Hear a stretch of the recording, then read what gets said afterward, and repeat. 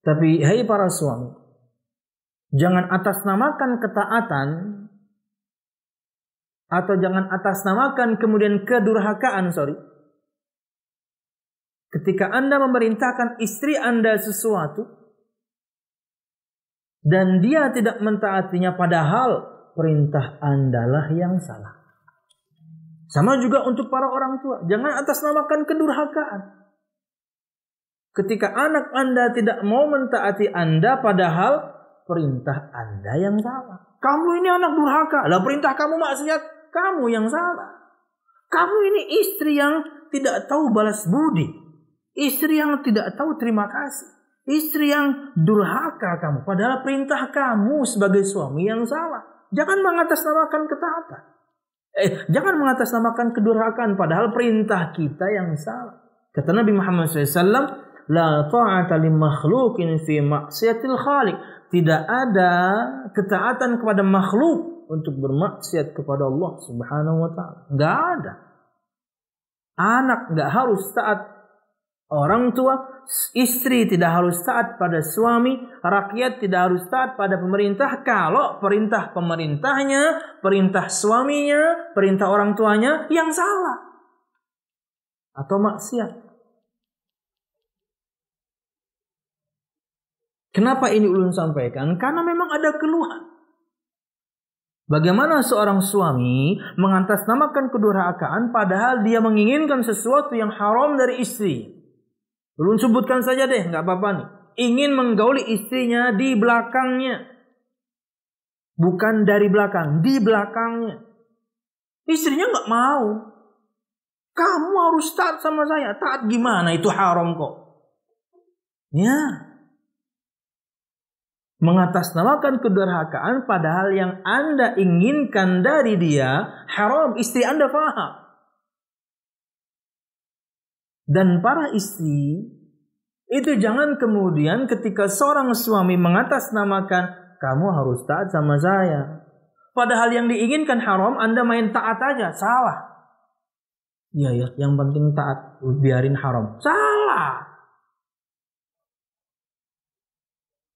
Nah, khususnya berkaitan dengan urusan kamar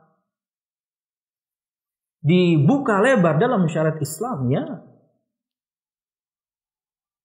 Karena tidak sedikit kasus perceraian terjadi ketika diusut, ya urusan kamarnya nggak sehat. Ini penting. Selain juga tadi urusan mertua, ini juga yang paling banyak.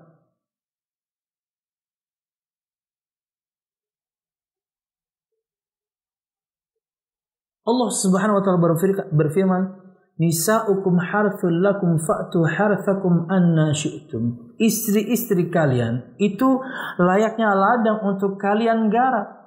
Silahkan datangi semau kalian, mau bagaimanapun terserah. Oke? Dibuka lebar dalam firman Allah, tapi kemudian ada larangan-larangan spesifik.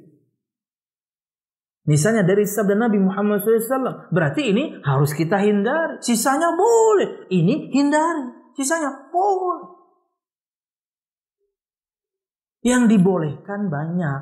Yang dihalalkan banyak. Dalam satu bab ini, yang dihalalkan, yang dibolehkan banyak, luar biasa. Yang terlarang, ya sedikit. Nah itu tinggalkan. Kenapa itu yang kamu inginkan? Inilah syaitan ya, kerjaan syaitan.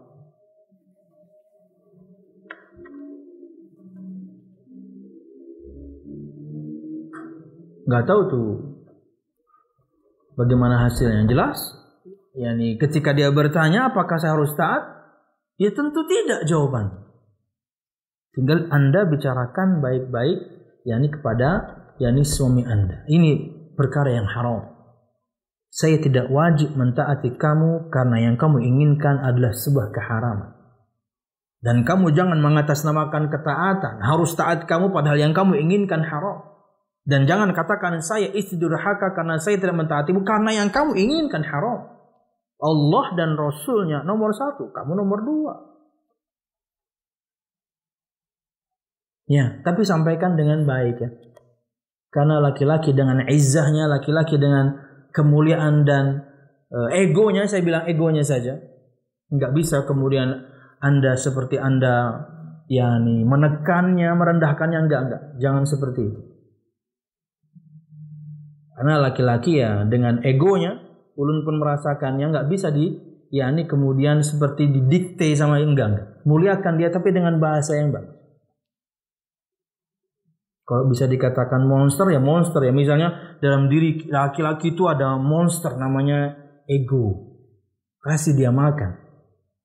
Kasih dia makan. Maksudnya berbicaralah dengan baik. Afan suamiku yang kamu inginkan ini melanggar perintah, ini menerobos larangan Rasulullah SAW.